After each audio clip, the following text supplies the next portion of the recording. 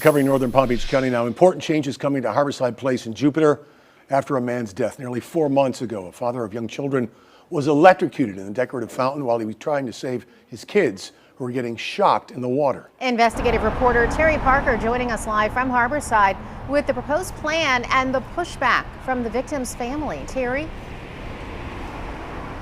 Felicia and Todd, rather than demolishing that fountain here at Harborside where Nate Davenport was electrocuted in October, Harborside indicates that it wants to simply cut the electricity to the fountain. I did speak to the Davenport family lawyer who tells me they don't want anything done to that fountain until they can complete testing on it. And he also says keeping that fountain open right where Nate died, he just doesn't think it's the best idea. The fountain at Harborside has been dry and boarded over since father of four, Nate Davenport, was electrocuted there in October. In response to a November letter from the town of Jupiter giving Harborside 90 days to say whether it was going to repair or demolish its amphitheater fountain, an electrical company has now sent this letter outlining its plans, specifically removing a 150 amp circuit breaker, cutting off power to the fountain's lights and pumps, but keeping power to the rest of the amphitheater.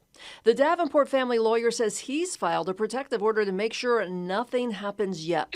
At this time, Terry, my primary concern is that no changes, revisions, modifications, alterations, anything at all is done to the fountain and its electrical system while we remain in the early phases of the discovery process of the litigation for the lawsuit that I filed. Scott Smith says his experts have already conducted 2 days of tests on the dry fountain, but in a few weeks they are planning to fill it with water and try to replicate the circumstances surrounding Nate's death. Smith is also critical of the plan to simply cut the power to the fountain. Does Harborside truly intend just to leave that as a place of entertainment for years to come, knowing full well that Nate died right there?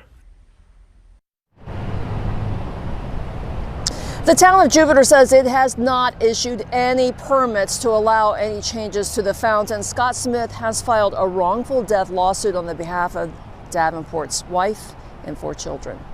Terry Parker, WPBF 25 News.